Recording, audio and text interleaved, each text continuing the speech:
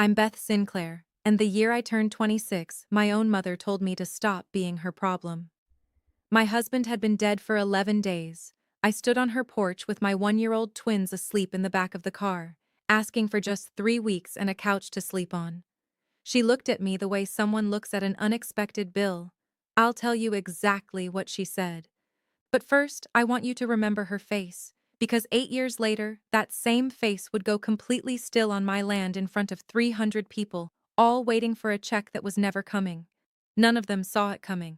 Not my mother, not my father, not my brother. They all believed the story ended the night the porch light went dark.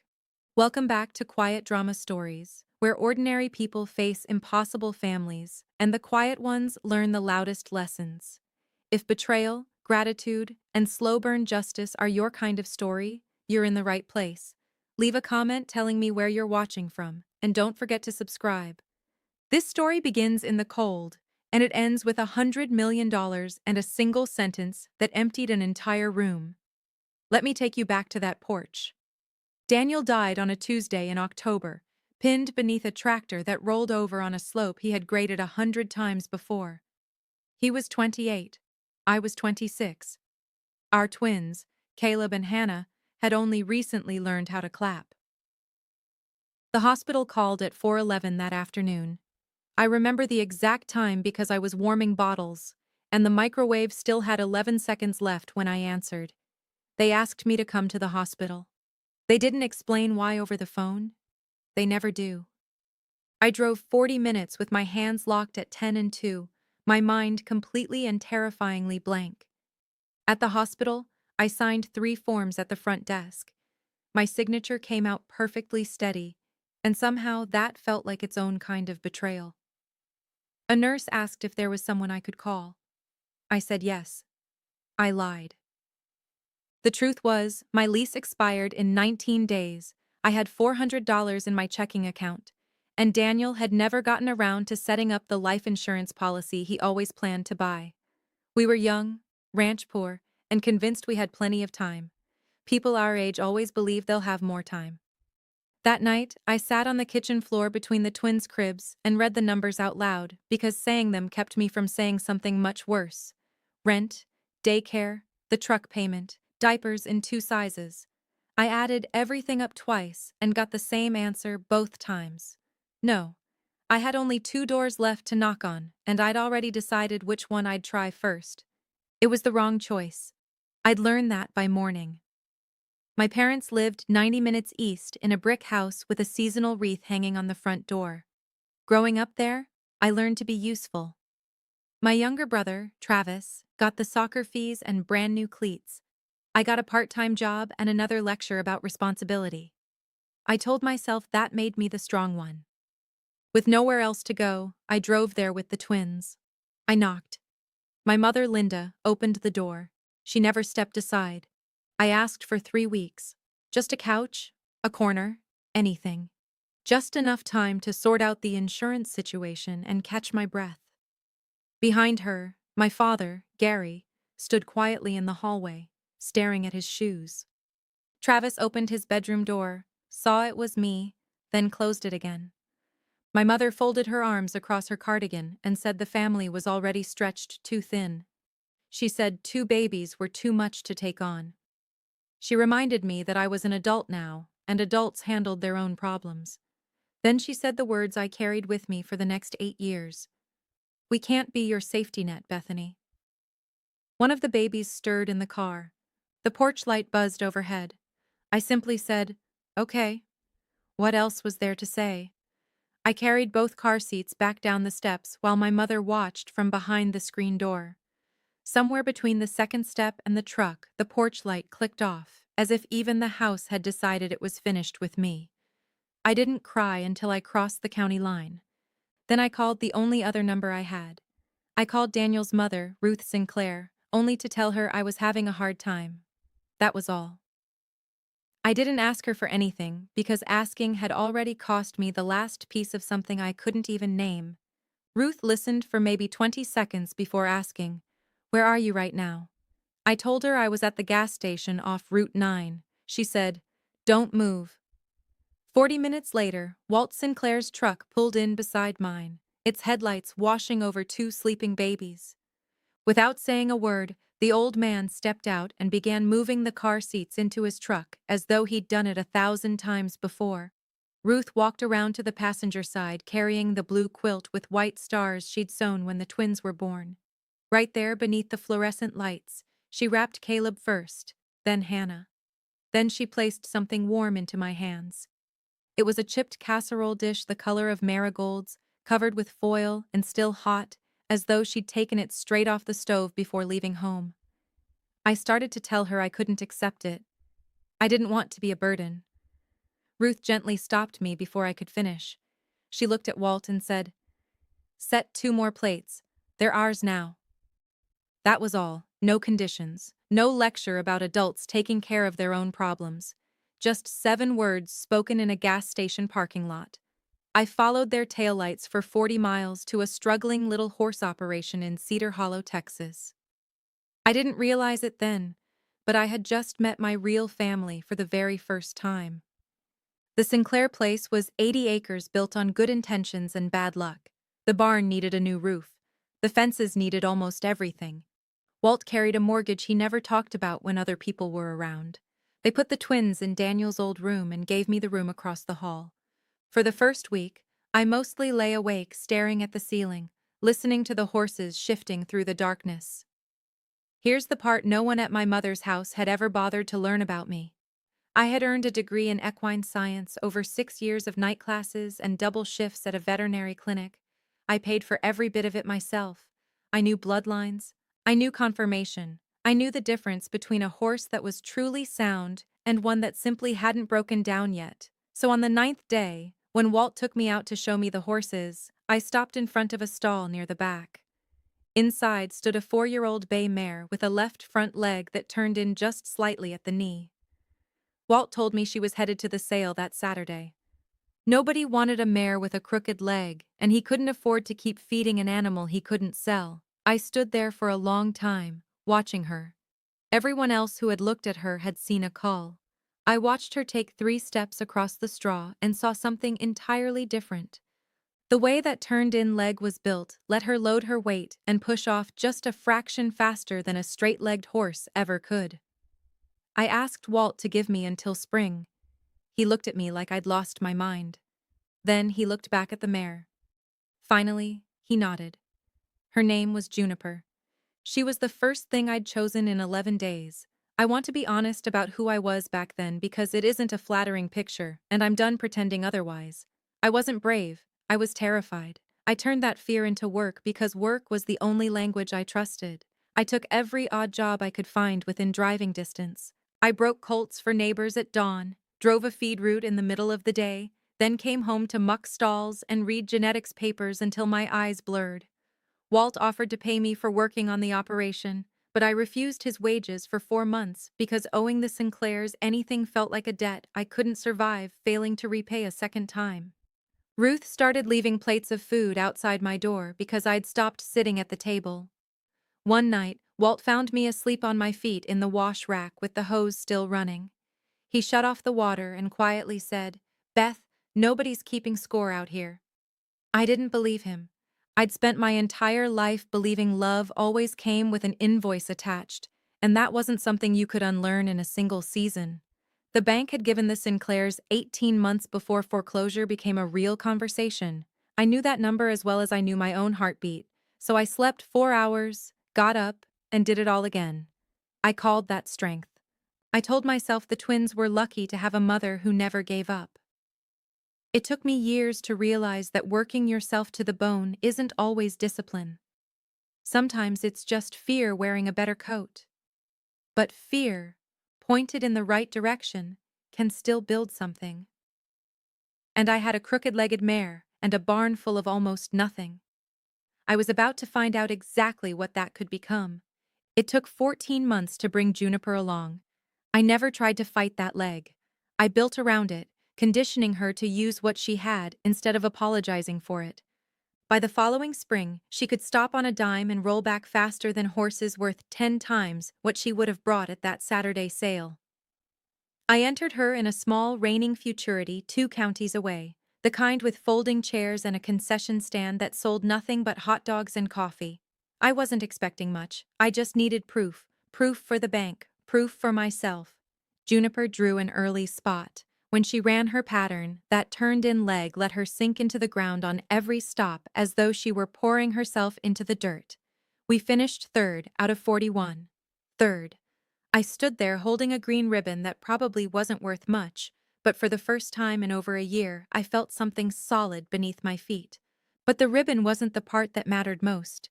An older woman sitting in the second row of the bleachers had been writing in a leather notebook throughout the event. When Juniper made her final stop, the woman stopped writing and simply watched. Later, she found me beside the trailer and asked one question. "Where did you get that mare's bloodline?" I told her I'd built it from a horse that had been headed to slaughter. She studied me for a long moment, the same way Walt had once studied Juniper. Then she handed me a business card and said she'd be in touch. The card read, Vivian Hargrove.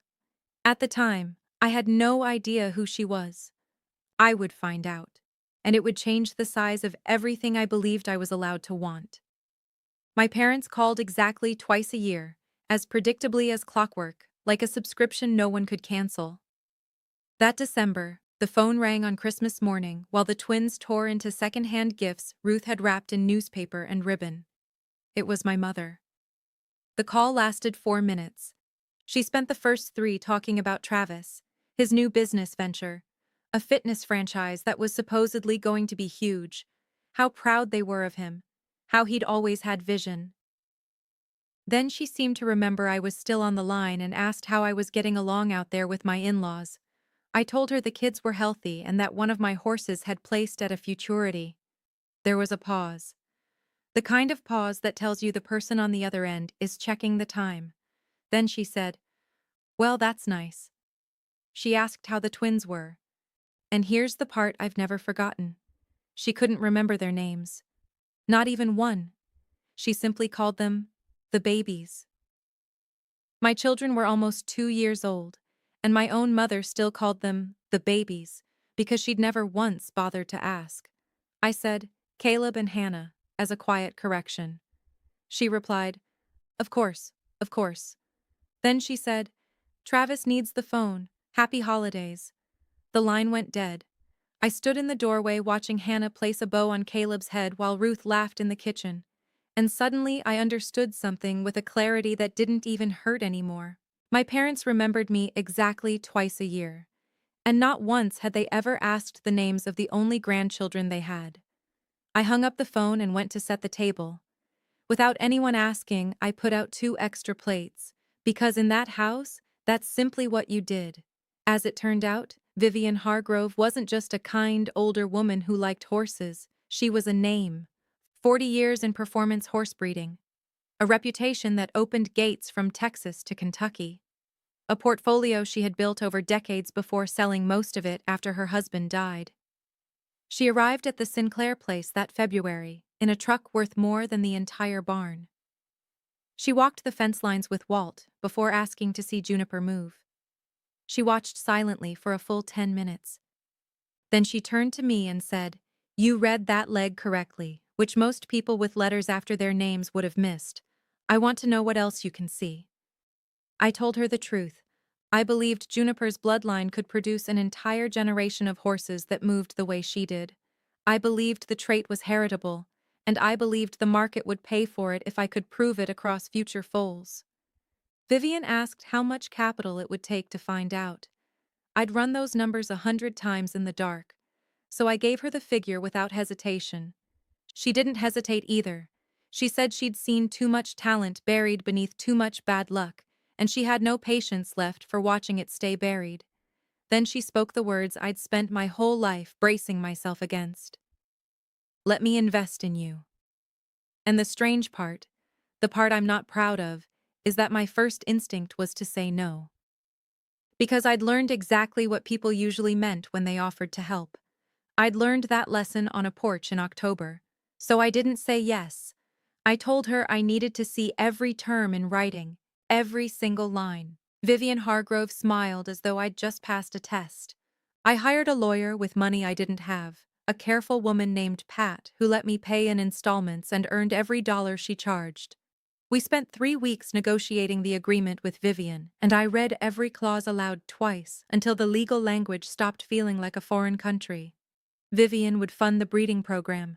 In return, she would hold a clearly defined minority stake with a straightforward buyout path if either of us ever chose to walk away. But the part I refused to compromise on, the part Pat said most people in my position never think to protect, was the bloodline itself. The genetics, the breeding rights, the records, the future of Juniper's line. All of it was structured separately and remained entirely under my control. Vivian could have pushed back. A lot of investors would have. Instead, she read through my revisions, looked up over the top of her glasses, and said, "You're going to do just fine, aren't you?" At the time, I couldn't fully explain why it mattered so much that I owned the thing itself instead of just a share of the money it generated.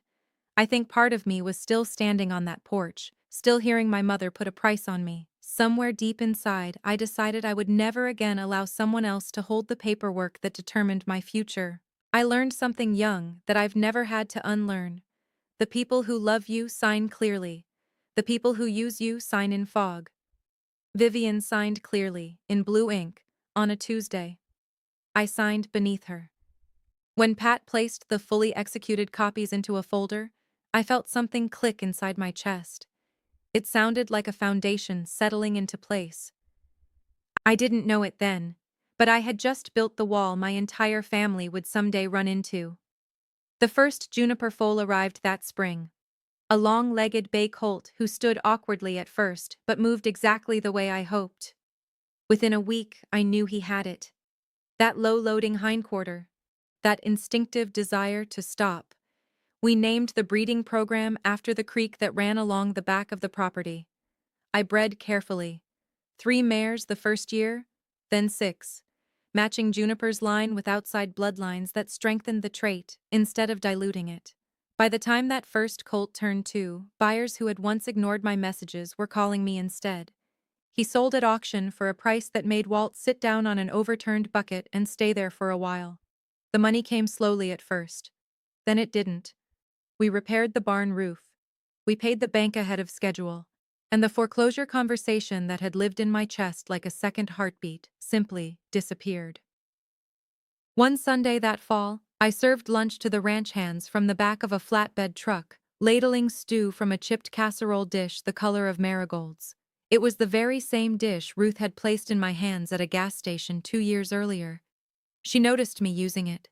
She didn't say a word. She simply smiled and looked away. I'd gone from being the woman fed in a parking lot to the woman serving everyone else, and I'd done it from the same dented dish. Word spread beyond the county, then beyond the state. People started saying the name of the breeding program before they said my name. That was exactly how I wanted it. And somewhere 90 minutes east, in a brick house with a wreath for every season, a phone was about to start ringing in the opposite direction. My mother called on a Thursday in March. Not Christmas, not my birthday, just an ordinary Thursday. That's how I knew immediately that something had changed. Her voice sounded different, warmer, softer around the edges in a way I hadn't heard since I was little and useful.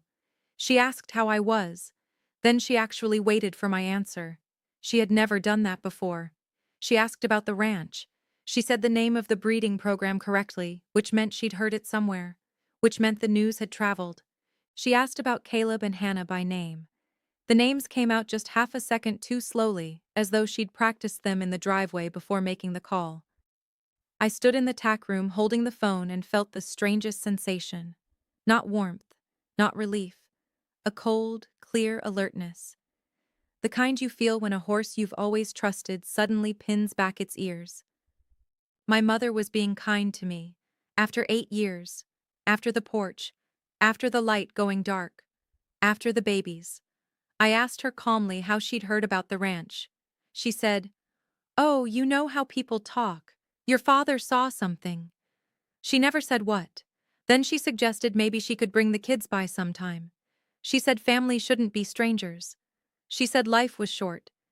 She said she'd seen something online about a young woman in the horse business doing very well for herself, and it had made her think of me. It had made her think of me. I told her I'd see. Then I hung up. I stood alone in the tack room for a long time, turning one question over and over in my mind like a stone in my hand. Why now? I didn't have the answer yet. About a month later, the answer arrived in my inbox by accident. Travis called next. Of course he did. The fitness franchise hadn't become huge. In fact, 2 locations had already closed, and a third was losing money. I didn't know those details yet. What I got that day was the charm offensive. My little brother slipping into the same routine he'd used at every family dinner growing up. The easy laugh. The, we've got to catch up. The, I've been meaning to call. He talked for 10 minutes before he finally got to the point. And when he did, he wrapped it so gently I almost missed what he was really asking. He needed a bridge. Just a bridge. Just until the next location stabilized. He hated having to ask, but family helps family. And he'd heard I was doing really well out there with the horses. Then he named a number. It wasn't a small one. I let the silence settle the way I'd learned to with a green colt. No pressure. Just letting the quiet do the work. Then I said calmly, Travis, I help people who showed up. You weren't there. He laughed uncertainly and asked what that was supposed to mean. I told him exactly what it meant. I reminded him that I'd stood on Mom and Dad's porch with 2 babies and an empty checking account. He had opened his bedroom door, seen me standing there, and closed it again. He said he didn't remember it that way. I said I did. And I'd remembered it that way every single day for an entire year. He went quiet. Then he turned cold. He said I'd always been dramatic. He said family was supposed to forgive. I replied, forgiveness and a loan are 2 different transactions. Then I wished him luck, and I meant it. I hung up and went back to the barn, where things still made sense. The answer to why now arrived on a Tuesday, the way these things often do, disguised as nothing important. Travis accidentally forwarded me an email. I think he'd meant to send it to my mother. It was something ordinary about logistics for a cousin's wedding. His thumb had simply hit the wrong contact. Beneath the new message was the entire email thread stretching back 6 years, the way email threads do when no one bothers trimming them. I almost deleted it. Then I noticed a phrase, my own name. So I kept scrolling. There it was, in black and white. A conversation between my mother, my father, and my brother from the spring after Daniel died. My mother had written it.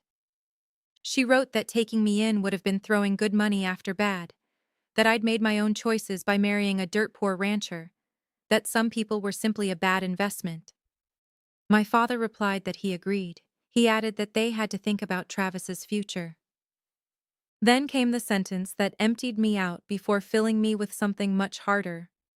My mother wrote, we keep it civil. We don't burn the bridge completely because you never know. If the ranch ever amounts to something, we'll want the door cracked. We'll want the door cracked. They hadn't forgotten me because they were careless. They had filed me away on purpose. An asset written down. A position they intended to hold in case it ever became valuable. Those warm phone calls weren't reconciliation. They were a quarterly review. I read the thread 3 times, standing in the kitchen. I waited for the anger to come. It never did. Instead, something colder arrived, something far more useful, clarity. I printed the emails, not for a lawyer, not for a lawsuit. I printed them so I would never again mistake what they were doing for love. I'd like to tell you I spent that night planning some elaborate revenge. I didn't. That's not who I am. And schemes have a way of poisoning the people who create them. Instead, I chose something simpler, and I think something harder. I decided I wouldn't give them a single hour of my anger. I wouldn't call my mother and read her own words back to her. I wouldn't let Travis drag me into an argument he understood far better than I did. I would do the one thing my family had never believed I was capable of, then or now. I would outbuild them. I would create something so solid, so cleanly and completely my own, that when the day came, they reached for it. they'd find nothing but empty air. That was the entire plan. Build, structure, wait. By then, Juniper was 9 years old. She had become a proven producer. The matriarch of a bloodline buyers across 3 states wanted to be part of. Her foals had become the literal foundation of everything the breeding program had grown into. That night, I walked out to her stall and stood there in the darkness, just as I had on the 9th day. Only now the barn had a new roof. The bank was paid, and 2 children were asleep in a warm house. I reached up and scratched that crooked-legged mare beneath her jaw. I found myself thinking about doors, the ones that close on you, the ones that open, and the ones you eventually learn to build yourself, with hinges only you control. I wasn't going to fight my family. I'd already learned you can't win an argument with people who keep their own books. I was going to write the books, I was going to make them airtight, and I was going to do it quietly, starting the very next morning. You'd think people who dismissed a widow in an email thread would at least have the decency to stay away. My family did the opposite.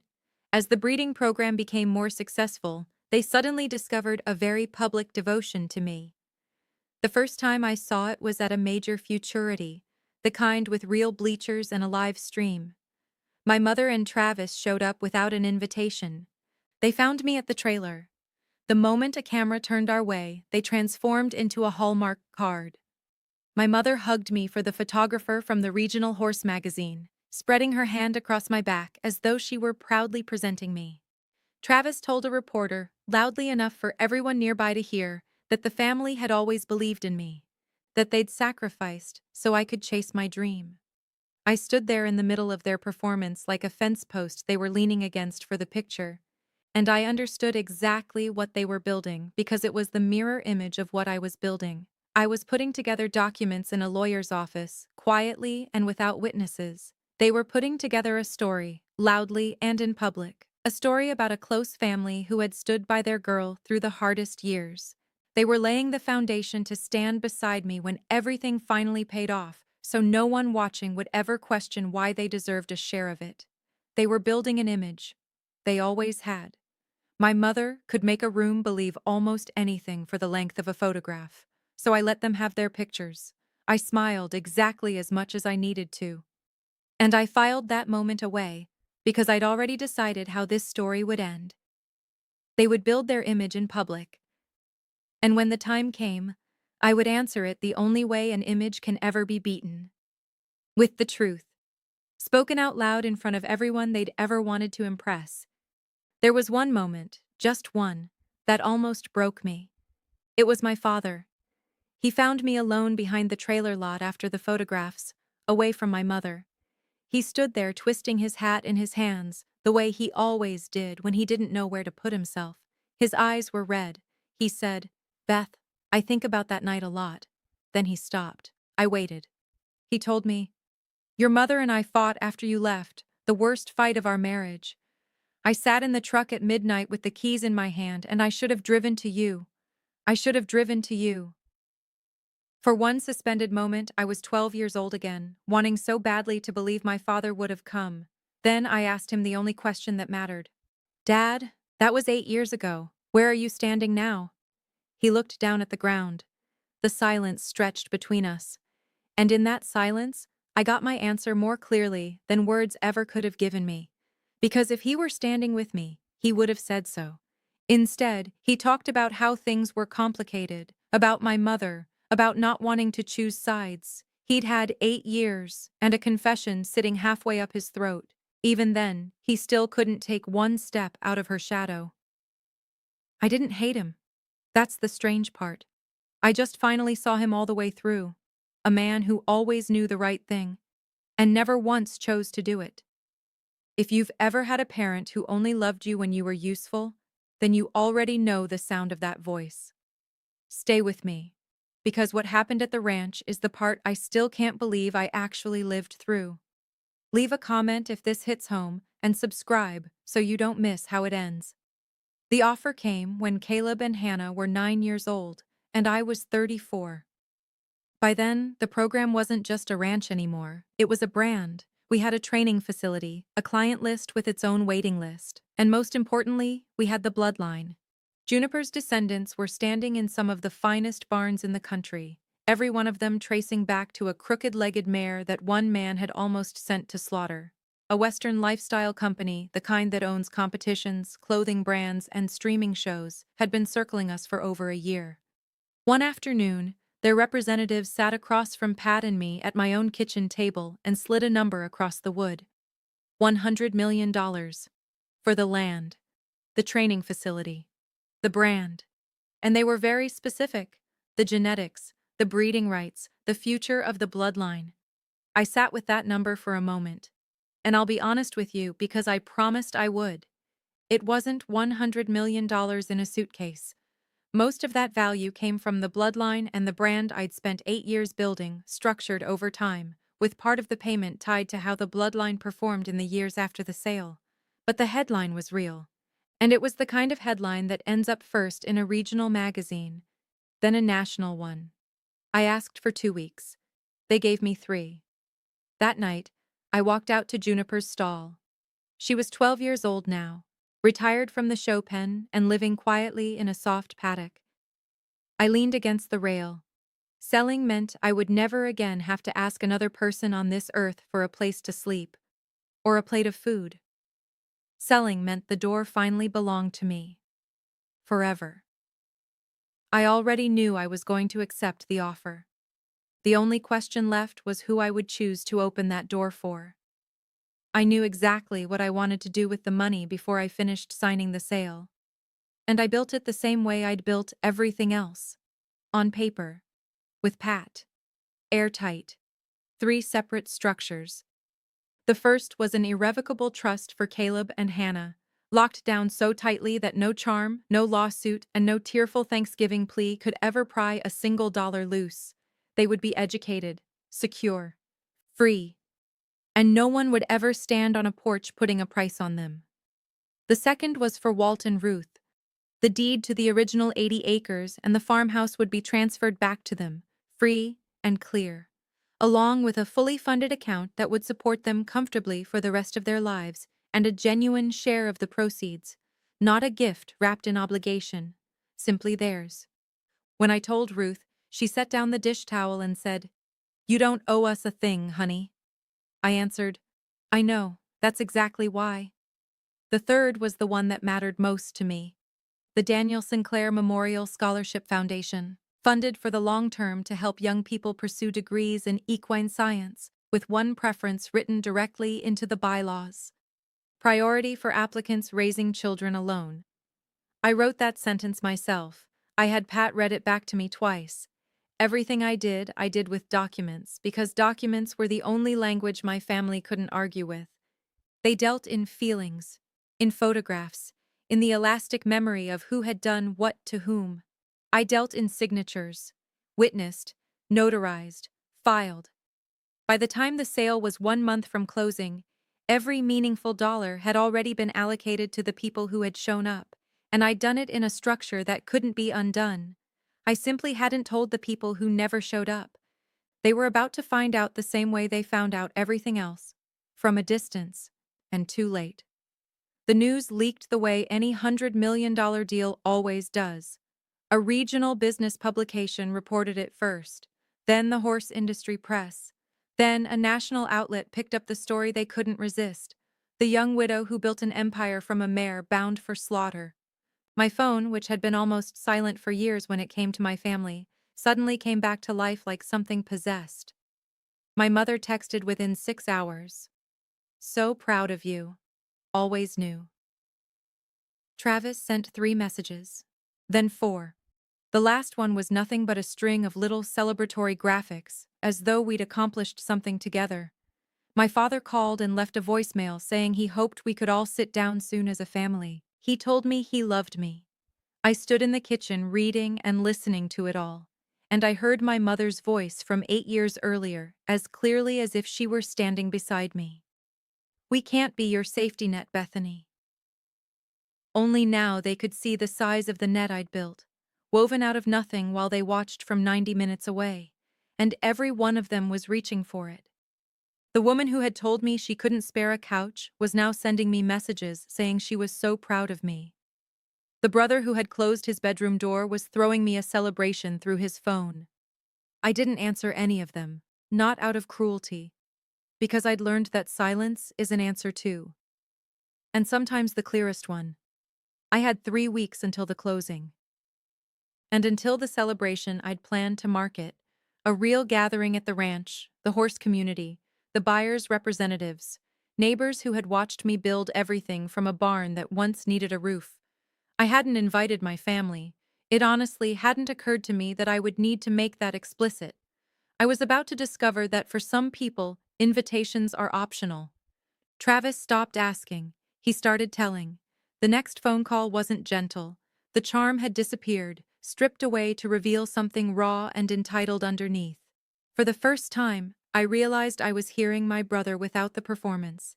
He said the family deserved to be part of this. He actually used the word deserved. He started listing things the way people do when they've kept a private ledger entirely in their own favor. Every sacrifice. Every way they'd supposedly carried me. An entire childhood that, according to him, I'd remembered incorrectly. Then he said the sentence that told me exactly where all of this was headed. He said, "Obviously, we'll all be there for the announcement, and we should talk about what's fair." There wasn't even a question in his voice. He wasn't asking for an invitation to my celebration. He was informing me they were coming. That money would be discussed, and that refusing in front of everyone would make me the unreasonable one. For a full year, they had been building the public story of the loving family who had always stood beside me. Now they intended to collect on that story. On my land. In front of my people. Where saying no would make me look like the villain. I had to admit, it was a smart move. It was also the only move they knew how to make. The leverage of a public scene. The cost of appearing cold. My mother had been teaching that lesson across the dinner table for 30 years. I told Travis I'd see him at the event. He took that as a yes. It wasn't a yes. Then I hung up. After that, I called Pat. I told her to make absolutely certain every remaining document was signed, witnessed, and recorded before the event. Not afterward. Before.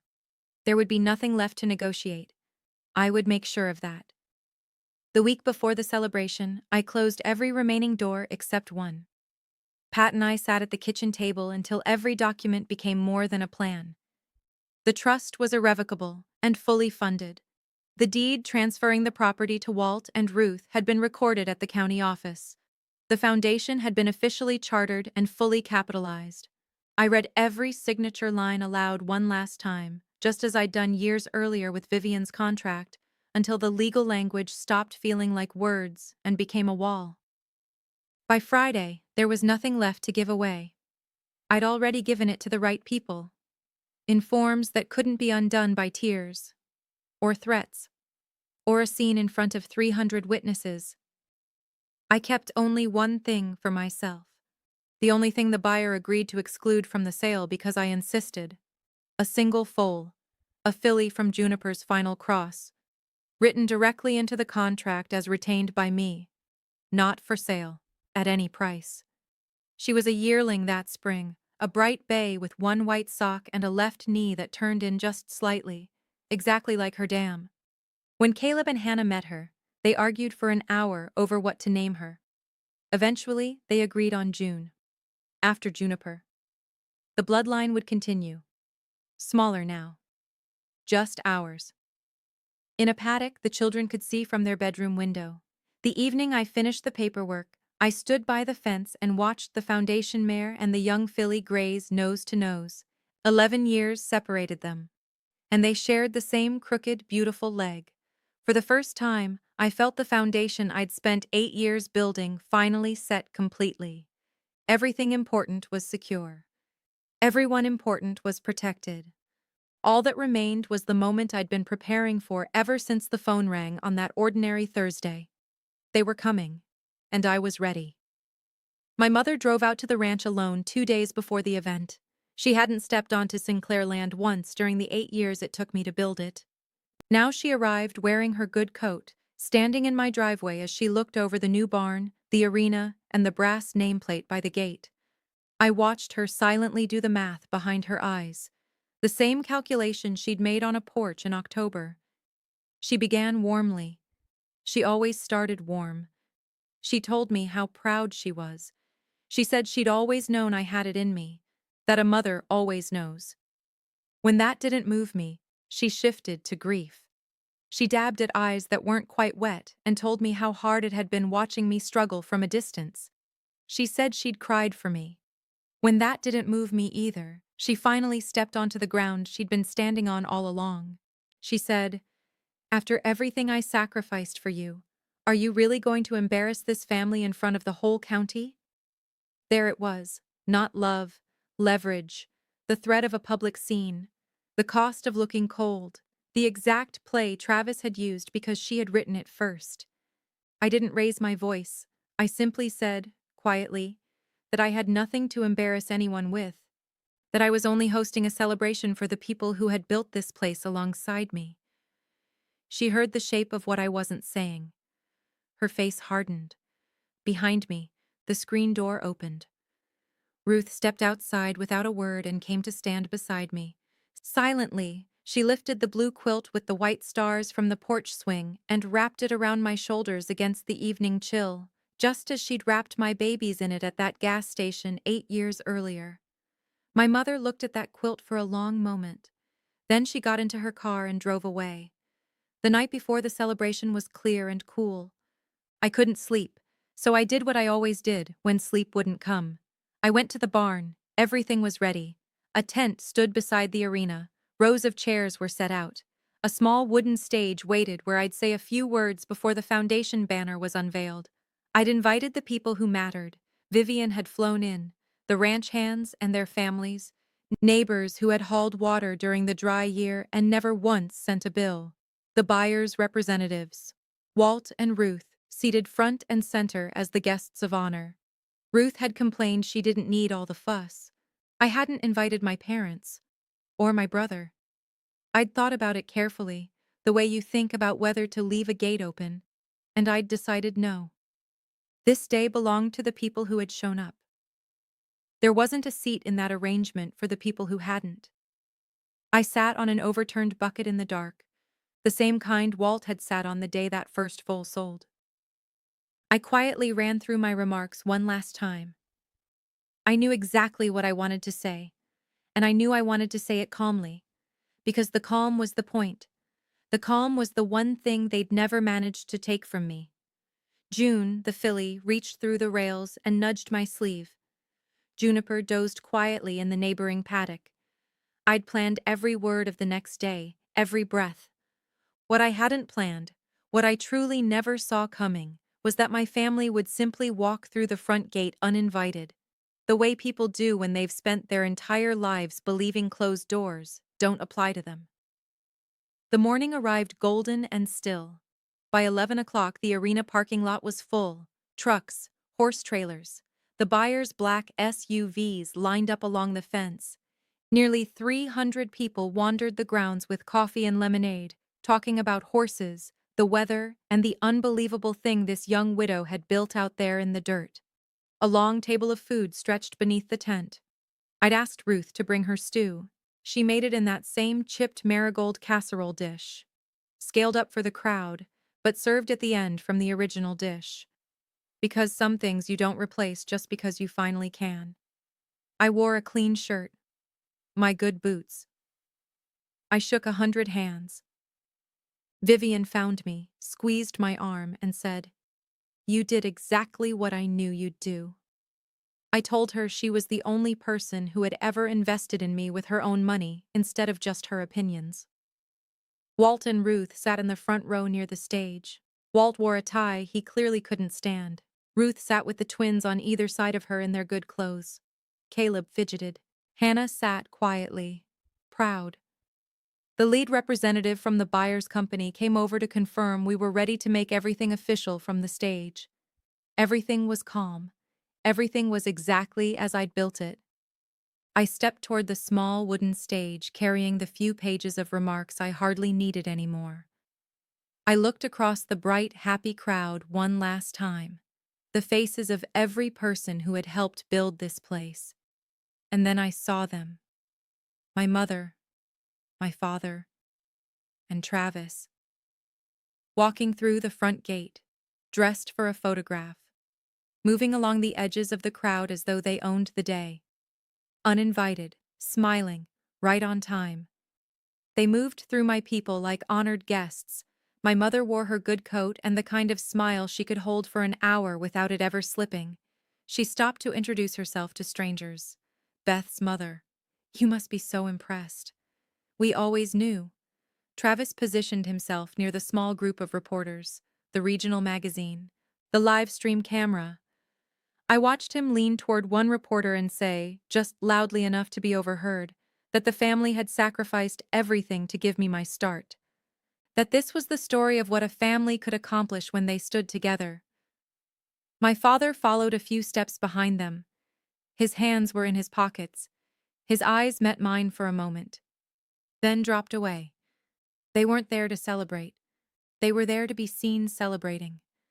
They had come to plant themselves in the frame so that whatever happened next, every photograph and every video would show them standing at my side. The loving family. My mother caught my eye from across the crowd and gave me a small, confident wave, a possessive wave. The wave of a woman completely certain her seat had been saved. A few of the neighbors who knew the real story from years before grew quiet. Still. The way a herd goes silent when something appears along the fence line that doesn't belong. Ruth rested her hand on Hannah's shoulder. Vivian lifted one eyebrow at me.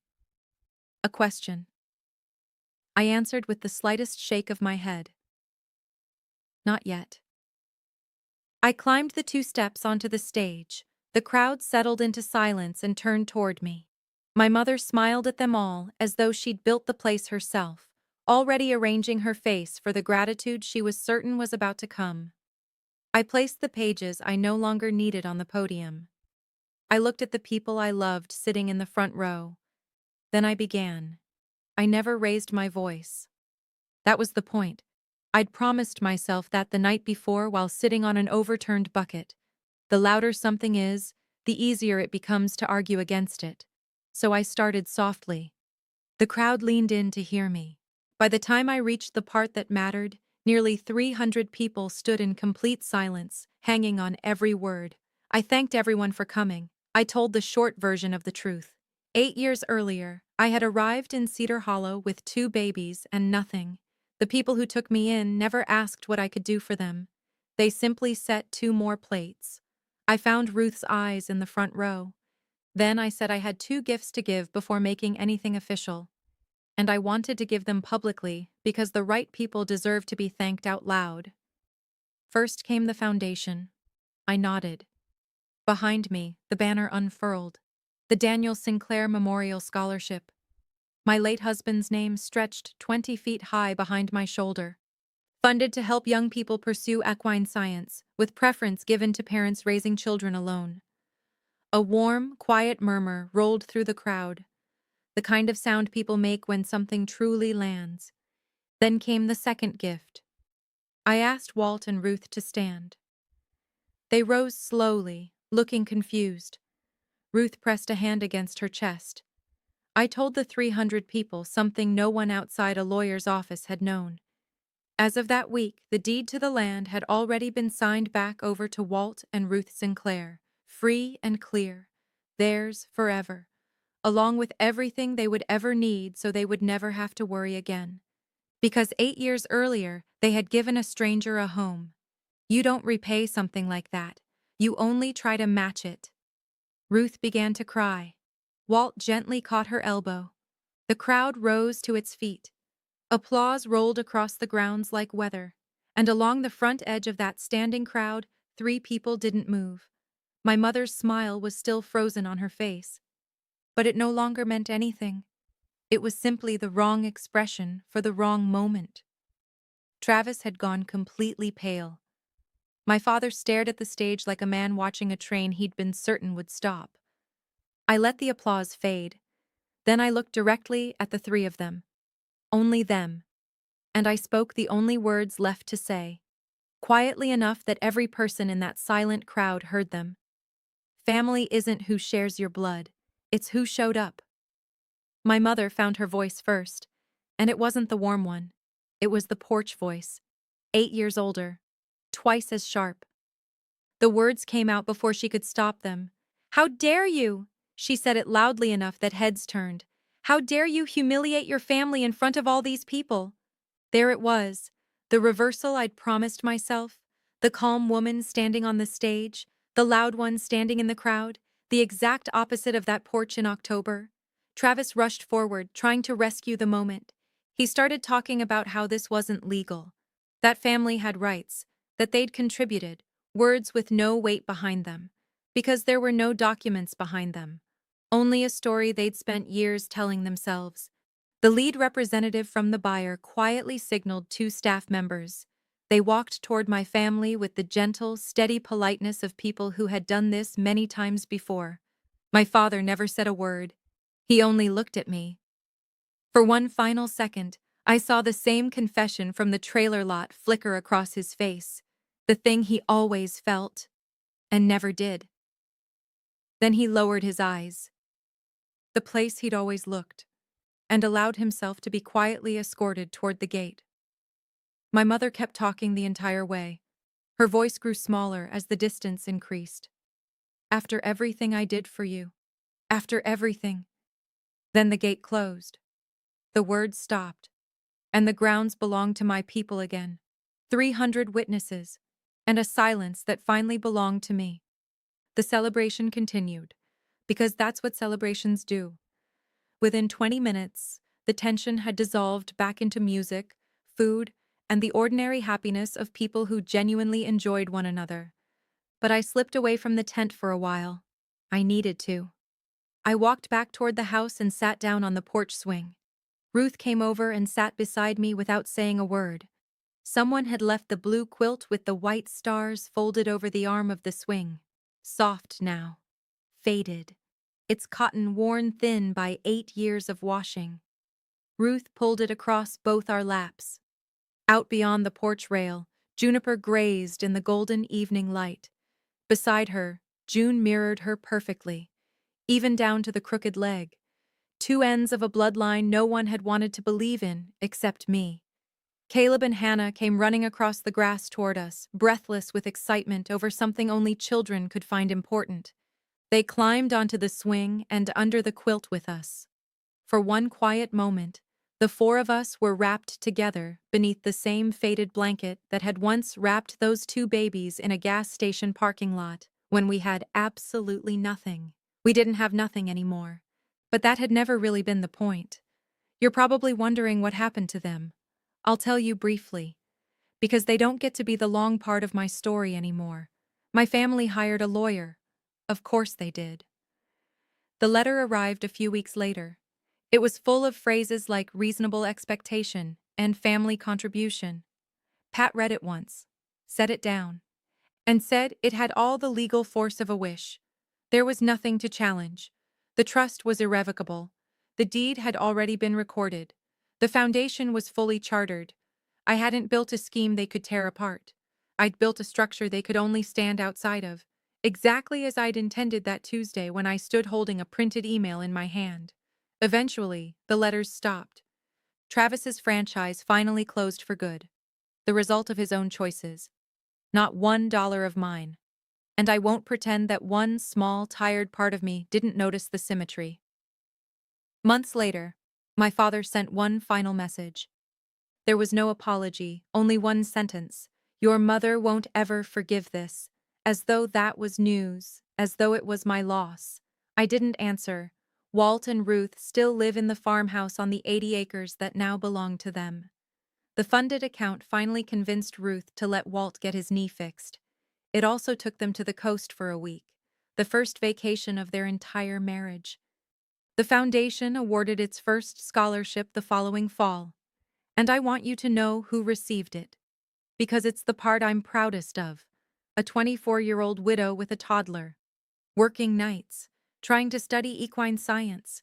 She'd been told by everyone in her life that it wasn't practical for a woman in her situation. I read her essay 3 times. Then I called Pat and told her to make absolutely sure that application went through. Because 8 years earlier, a woman knocked on the wrong door with 2 babies and was told she was a bad investment. I simply wanted to be the right door for someone else. After the sale, I kept a smaller place, 20 acres down the road from Walt and Ruth, a barn just big enough for what truly matters. Now I breed only a handful of foals each year from June, the filly with Juniper's crooked leg. I do it slowly, carefully, for the love of it, not because a bank is keeping count. Juniper still grazes beneath the live oak where the children can see her from the fence. Caleb wants to become a veterinarian. Hannah wants to run the foundation someday. I believe she will. We eat dinner around a table with no empty seats, no hidden ledgers. Most evenings are wonderfully ordinary. Stew, homework, a dog asleep beneath the table. And that simple, unremarkable life is the richest thing I own. It cost me $100 million to realize it had been free all along. I spent the first half of my life believing I had to earn a place at my own family's table, until 2 people I wasn't even born to simply set a place for me, asked for nothing in return, and taught me the only lesson that ever truly stayed with me. Love that keeps a ledger was never love. It was only an invoice waiting to be sent. That's my story. One closed door, one open kitchen, and one crooked-legged horse nobody wanted except me. If someone showed up for you when your own family wouldn't, tell them today. Don't wait for $100 million reason. And if this story meant something to you, share it with someone who needs to hear it. Leave a comment. Tell me about the door that opened for you. Subscribe, and I'll see you in the next one.